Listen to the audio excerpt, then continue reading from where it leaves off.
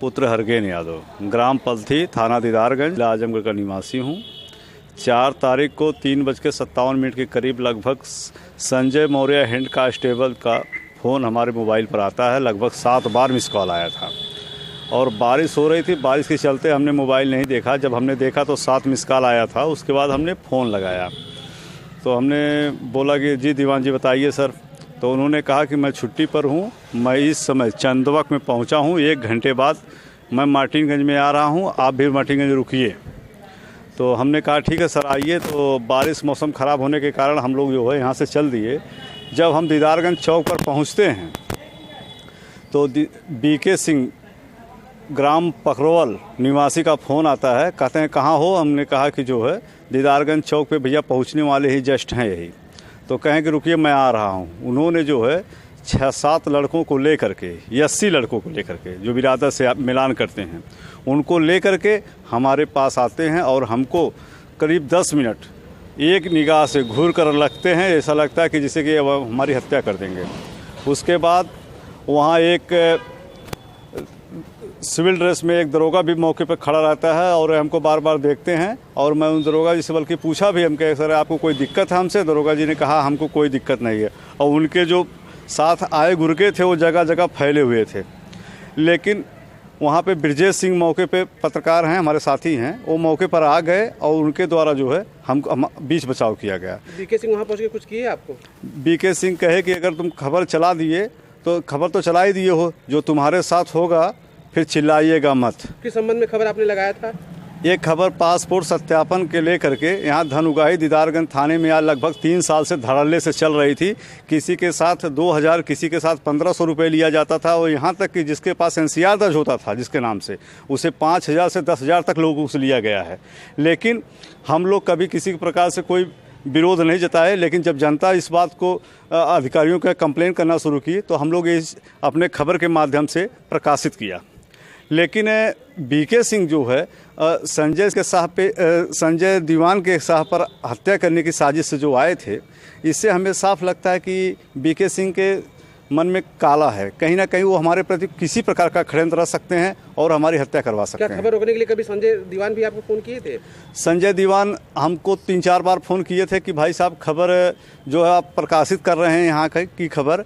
हमने कहा भाई साहब हम और ब्रजेश सिंह दोनों लोग जो है एक मार्टिनगंज से देखते हैं ब्रजेश सिंह और हम दीदारगंज से देखते हैं। तो दोनों लोग जो खबर बनाते हैं मौके पर, जो खबर भेज देते हैं उनकी खबर प्रकाशित होती है। तो यही बात, लेकिन मैंने खबर नहीं लगाया है। तो उसके बाद संजय सिंह जो है बीके सिंह ब्लॉक परिसर के गेट पर 2 दिन पहले हमको धमकी दिए कि जान लीजिए जब कुछ होगा तो तुम लोग को कोई बख्शा नहीं जाएगा। बहुत अंड बोल रहे थे। हमने वो शब्द किसी से नहीं कहा। फिर थाने के सामने 2-3 बार हमको धमकाए। बीके सिंह संजय मौर्य के एकदम इशारे पर चलते हैं। क्या इसकी शिकायत आपने किसी अधिकारी से किया है या कहीं प्रार्थना पत्र आपने दिया है? मैंने इसकी शिकायत जो है ग्रामीण एसपी चिराग जैन जी से किया है और एसपी आजमगढ़ हेमराज मीना से किया है और डीआईजी वैभव कृष्ण जी से किया है। मैंने तमाम शिकायत पत्र दिया है। लेकिन इस पे थानाध्यक्ष थाने पर भी आपने प्रार्थना पत्र दिया है? जी, मैंने थाना पर लिखित प्रार्थना पत्र दिया है। लेकिन कहीं ना कहीं जो है थानाध्यक्ष की भूमिका संजय दीवान और बीके सिंह के फेवर में है, ये बचाना चाहते हैं उनको। तो आपने प्रार्थना पत्र कब दिया है? हमने प्रार्थना पत्र रविवार के दिन जो है इनको लिखित प्रार्थना पत्र अवगत करा दिया। मुकदमा दर्ज वगैरह हुआ कुछ? नहीं, हमारा मुकदमा नहीं दर्ज किया गया। अभी ये कह रहे हैं कि जांच चल रही है। जांच कब चलेगी? जब तक जांच चलाना चाहते हैं लोग कि जब तक मेरी हत्या नहीं हो जाएगी तब तक प्रशासन कुछ बोलने वाला नहीं है जी। और हमको बहुत उम्मीद लग रहा है कि कहीं ना कहीं संजय मौर्य के इशारे पर थानाध्यक्ष दीदारगंज जो है उनकी भूमिका संदिग्ध है कि हम संजय मौर्य को और बीके सिंह को बचा लें। क्या आप अभी तक आपका मुकदमा नहीं दर्ज हुआ? काफ़ी समय हो गया प्रार्थना पत्र दिए, तो इसके आपने अवगत कराया अधिकारियों को? सर अभी तक मेरा मुकदमा नहीं दर्ज हुआ, मुझे बार बार धमकियां मिल रही हैं, मेरा बार बार रास्ता घेरा जा रहा है।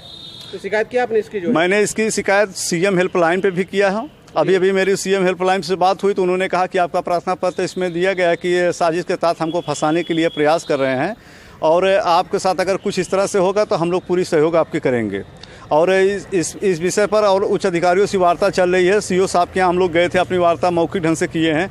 तमाम अधिकारियों से हम लोग कर रहे हैं। लेकिन कहीं ना कहीं दीदारगंज थाना जो है एकदम Sanjay Maurya head constable passport का सत्यापन करते थे उनके इशारे पर चल रहा है। और बीके सिंह जैसे लोग दलाल लोग थाने पर आकर के माफियाओं के साथ उनके जो है धन उगाही करते हैं, उनके इशारे पर चलते हैं। मेरे जान के लिए खतरा है। मैं शासन प्रशासन से यही उम्मीद हूँ कि बाबा की सरकार गुंडा माफियों को मिटाती है तो ये कहाँ से पैदा हो रहे हैं भाई? मैं बाबा जी से पूछना चाहता हूँ, तो क्या अगर यादव होना कलंक है तो हम लोग आत्महत्या कर लें? तो क्या आप चाहते हैं कि इस पर कार्रवाई होनी चाहिए? मैं यही चाहता हूँ कि इनके ऊपर मुकदमा दर्ज कर जांच हो, अगर जांच में जो भी दोषी हो उसके खिलाफ कार्रवाई होनी चाहिए। क्षेत्र में तमाम संगठनें हैं जो है पत्रकारों की जो है, तो क्या पत्रकार संगठनों से भी आप उम्मीद लगाते हैं कि इस प्रकार में आपकी मदद की जाए? देखिए, उम्मीद पहले मैंने छोटी सीढ़ी पर चढ़ा है, अगर इस स्तर पर नहीं होगा तो हम और स्तर पर चढ़ेंगे और संगठनों से लेकर के जो भी हमको आत्मदाह करना पड़ेगा तो मैं सीएम आवास पर जाके आत्मदाह भी करने के लिए तैयार हूँ इनके खिलाफ, क्योंकि जो भी हो निष्पक्ष हो, जांच हो। अगर मैं दोषी पाया जाऊँ मेरे खिलाफ कार्रवाई हो, अगर नहीं दोषी पाया जाता हूँ तो हेड कांस्टेबल सहित बीके सिंह के ऊपर FIR हो और इनको जेल भेजा जाए। धन्यवाद।